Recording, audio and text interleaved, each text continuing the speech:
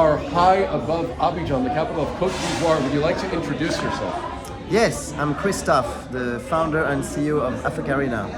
And I'm sorry I'm holding the microphone so close, but we're in this busy, packed event where you've brought together these sponsors, investors, startup founders. Who else is involved in this ecosystem?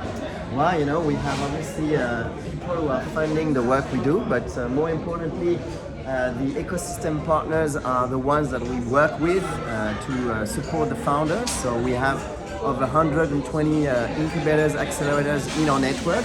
And of course, all the investors that are here with us, VC funds from all across the world that are supporting the platform and the event and that are wanting to fund in the great startups that we have on the continent. Now, you're a serial entrepreneur. You've fathered many organizations, or you've parented many organizations, besides your biological children. Are there any that you want to highlight if people want to dig into your past and what you've done? No, I've started a few ventures in Africa. So I'm based in Cape Town, South Africa. So I've been starting about a dozen company in energy, payments, space, an incubator, a couple of non-profits. Most importantly, one of the non-profit I'm the proudest of is Digital Collective Africa, which is essentially an open source platform aiming at supporting founders and investors across the continent.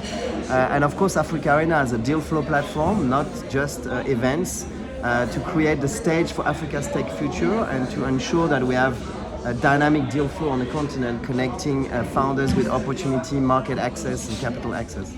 Now, we talked last night, and I asked the question, is it too late to get into Africa as an investor? Do you want to share your reaction to that? Yeah, it's funny you asked that because a couple of years ago there was like this FOMO, the African market was booming. We are hitting $5 billion in investment. We were at 300 million in 2017. Yeah. Now we're in a winter phase, so it's gone down a little. But we predict that the investment in African tech startups will reach 30 billion in the next 15 years. So if you think, is it now late to invest? Not at all. Now is the right time. Africa is still less than 1% of global VC. Valuations are very attractive. The population of the continent is going to double in the next 25 years, and the growth for the future of the planet and many of the issues of the future of the planet are going to be determined in Africa. So I'd say now is the time, and if you don't have an Africa plan, you need to get one, whether you're a corporate, an investor, or a business. Do we have your permission to record maybe one more minute of your reflections from high atop Abidjan? We can walk to show the view behind us. So you've done a lot of things. You've met a lot of people. Any huge lessons learned that if you were in the classroom with me and you had all these young people between 18 years old and slightly older, what are your biggest pieces of life wisdom?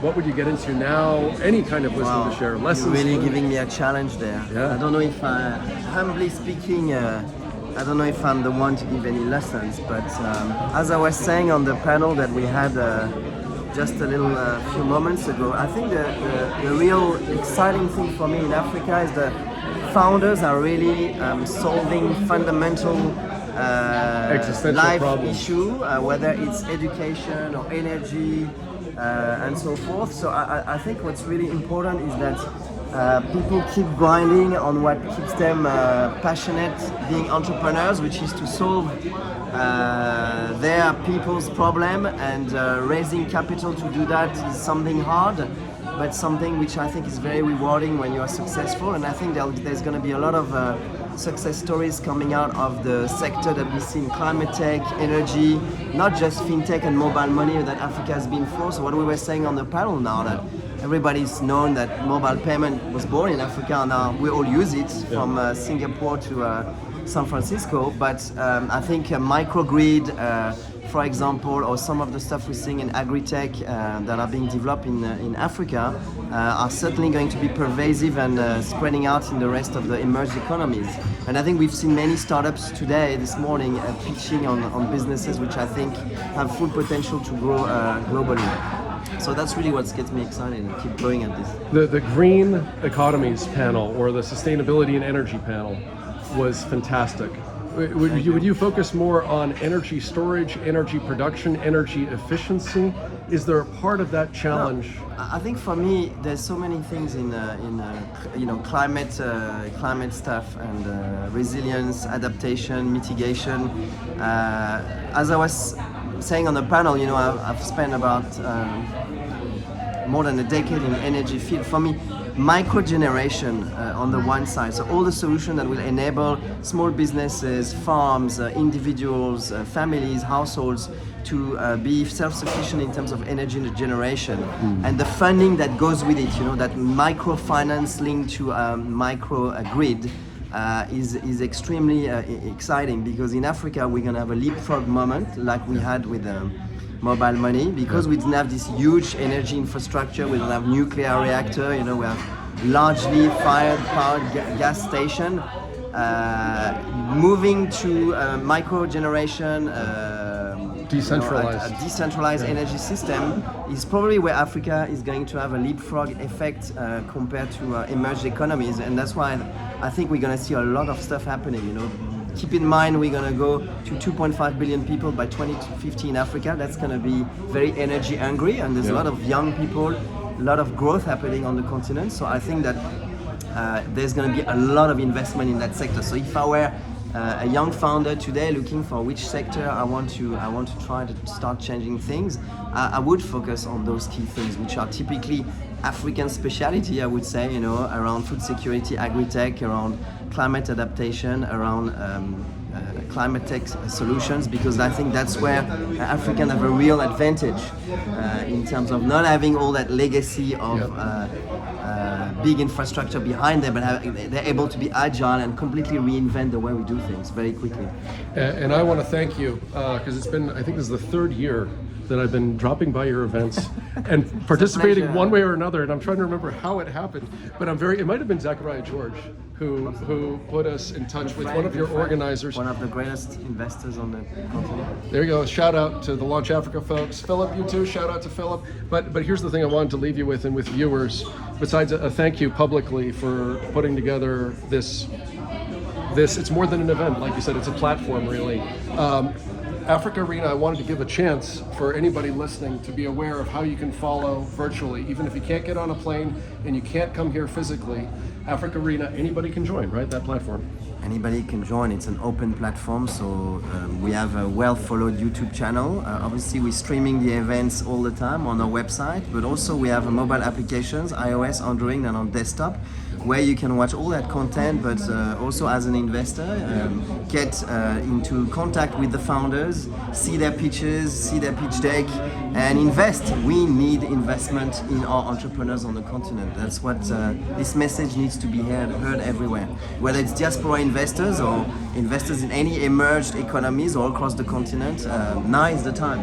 So huge big takeaway one is anybody, whether you're just a student in Africa that can't even cross to the next country, you can learn on the Africa Arena platform. If you're an investor, you can learn about the pitches. You can see all the pitches, the recordings going back. You can find your next big deal. And the other platform that you said is free and has open source access to how regulations can be recorded. So yes, we have a non-profit activity where we are partnering with many investors, founders, and organizations and ESOs, which is called digitalcollective.africa. Yep. So the website, digitalcollective.africa, has a lot of open source content for doing deals on Africa. So whether you're founders or investors, you'll find a lot of useful resources there, a lot of information, so have a look. And the very last question, very provocative, crowdfunding, the democratization of being able to invest in early stage. That's popped up around the world. Could it happen here? Could we democratize access to helping startups that we love with a small investment, or is that just not part of what VCs like? It's deeply in the DNA of Africa Arena to do that. I think if you look at our platform, the next step would be to have a button that says invest. Yes.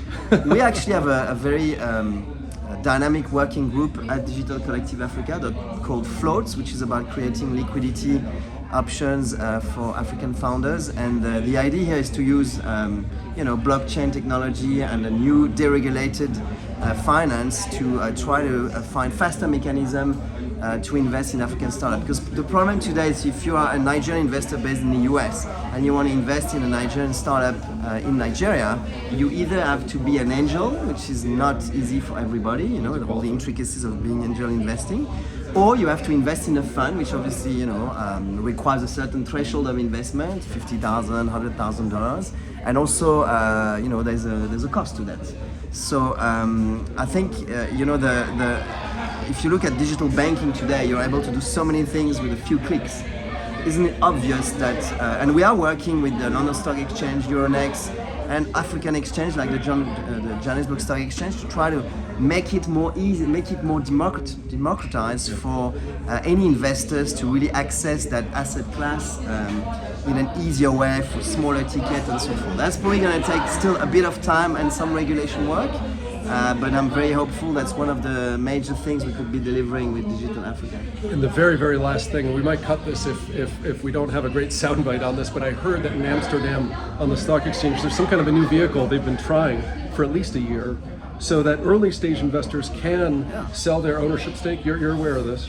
Yeah. So it's a stack system on a junior exchange of Euronext. That's kind of the concept we're actually discussing with a few exchanges to you know, make it more accessible. So that enables an investor to list its portfolio and raise money and generate liquidity. It would also enable startups to potentially list in an easier mechanism.